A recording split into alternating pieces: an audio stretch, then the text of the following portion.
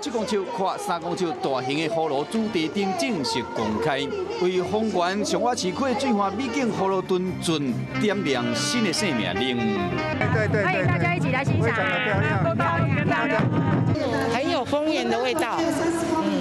棒，非常美呀，对呀，很有造型啊。在台中市欢迎葫芦墩促进会甲地方人士拍拼之下，当年拢举办灯会要欢迎地方。